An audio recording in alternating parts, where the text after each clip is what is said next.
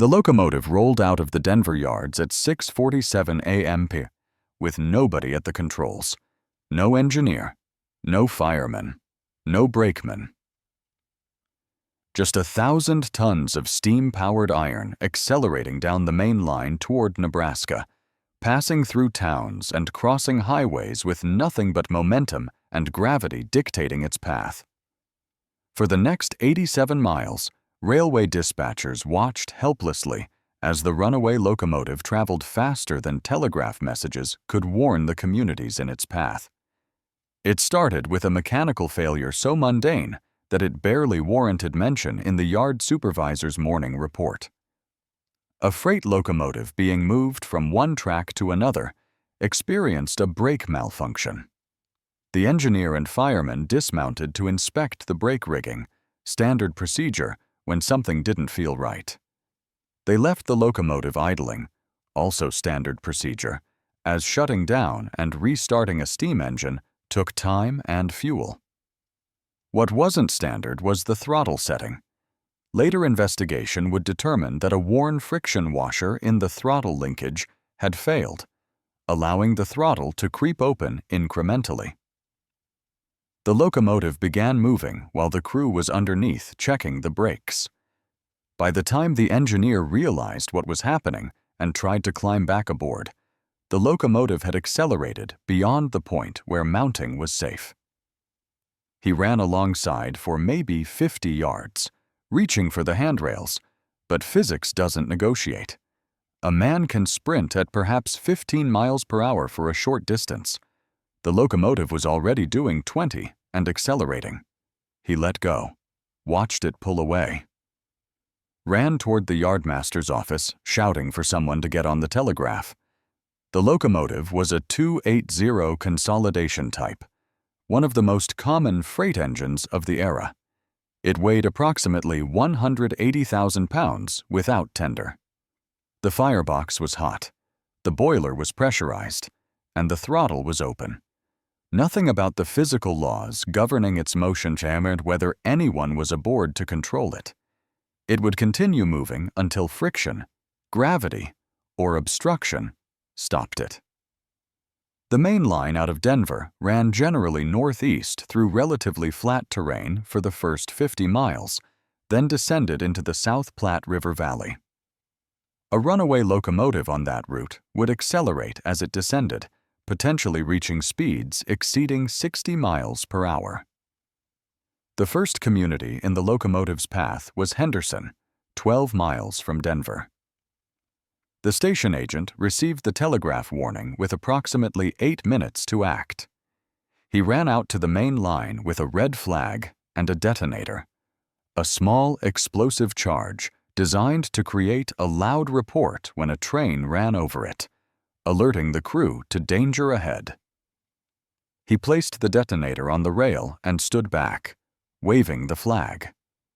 The locomotive passed through at an estimated 35 miles per hour, triggering the detonator with a sharp crack that accomplished exactly nothing. There was no crew to alert. The locomotive rolled on. At Brighton, 23 miles from Denver, the dispatcher made a decision that probably prevented a disaster. A westbound freight train was scheduled to pass through Brighton at 7:15 a.m., which would put it on the same main line as the Runaway, but traveling in the opposite direction. A head-on collision between a runaway locomotive and a freight train would kill everyone on the freight train's crew and likely derail dozens of cars. The dispatcher sent an emergency telegram ordering the westbound freight to pull onto a siding and remain there until further notice. The freight engineer, confused but trained to follow orders without question, complied. The Runaway passed through Brighton at 7:18 a.m., 3 minutes after the freight had cleared the main line. The challenge facing railway officials was that they had no way to stop the locomotive.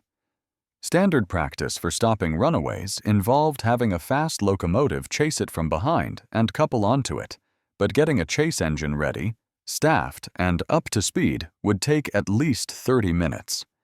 By then, the Runaway would be 50 miles away. Another option was to derail it deliberately using a derail device or by throwing a switch to send it onto a siding that ended at a dead-end barrier. Both options risked creating a wreck that would block the main line for days and potentially damage railway property worth hundreds of thousands of dollars. The third option was to let it run and hope it ran out of steam or encountered an uphill grade steep enough to slow it naturally. Railway officials chose the third option, partly because the other options seemed worse, and partly because they didn't have time to coordinate anything more complex. Telegraph operators up the line received orders to clear all traffic from the main line, throw switches to keep the runaway on the through route, and evacuate anyone near grade crossings. Towns along the route were warned to keep people away from the tracks. The runaway had become everyone's problem and no one's solution.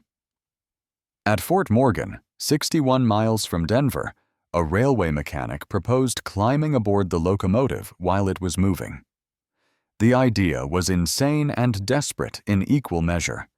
The locomotive would be traveling at speed through town, probably doing 45 or 50 miles per hour by that point. Mounting a moving locomotive required matching its speed, grabbing a handrail, and pulling yourself up while your legs churned to keep pace. Miss the grip or lose your footing, and you'd fall under the wheels. The mechanic, whose name appears in railway records only as J. Henderson, was willing to try.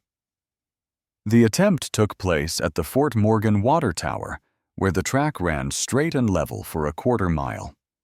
Henderson positioned himself trackside with several colleagues ready to assist if something went wrong. The locomotive approached at an estimated 48 miles per hour, its exhaust stack pouring black smoke, its driving wheels spinning with mechanical precision that made the absence of human control especially eerie. Henderson ran alongside, grabbed for a handrail, missed, stumbled, and fell backward onto the ballast. His colleagues pulled him clear. The locomotive rolled on. What saved the situation was topography combined with thermodynamics. The route beyond Fort Morgan included a series of modest grades as the line entered the South Platte Valley. These weren't steep by mountain railway standards, maybe 1 or 2%, but they were enough to slow a locomotive that wasn't being actively fired. The firebox in a steam locomotive requires continuous fuel input to maintain steam pressure. Without a fireman shoveling coal, the fire gradually dies. As steam pressure drops, the locomotive loses power. The Runaway had been operating for 90 minutes at this point, burning the coal that had been loaded before the incident, but not receiving any new fuel. Steam pressure was dropping. Around mile marker 83, approximately 87 miles from Denver, the locomotive's speed began to decrease noticeably. Telegraph operators reported its passage through small stations showed it slowing from an estimated 45 miles per hour to 35, then to 25. By the time it reached Brush, Colorado, it was doing maybe 15 miles per hour. 5 miles later, it rolled to a stop on a slight uphill grade, the boiler pressure too low to maintain motion. A section crew reached it within 20 minutes. They found the locomotive sitting silent on the main line, the throttle still open, the brake system still malfunctioning, the firebox reduced to glowing coals. The engine was undamaged. The track was undamaged. No one had been injured.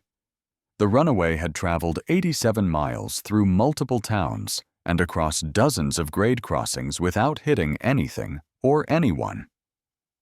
Railway officials later described the incident as the luckiest disaster that never happened.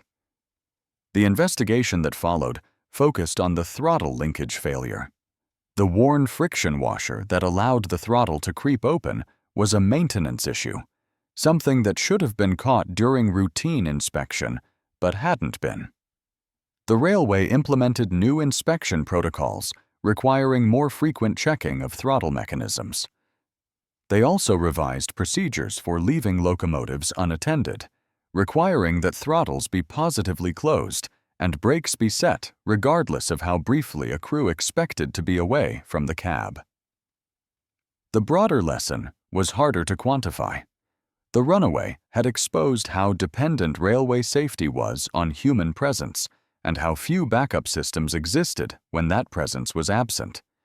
Modern locomotives have deadman switches and automatic braking systems designed to stop trains when operators become incapacitated.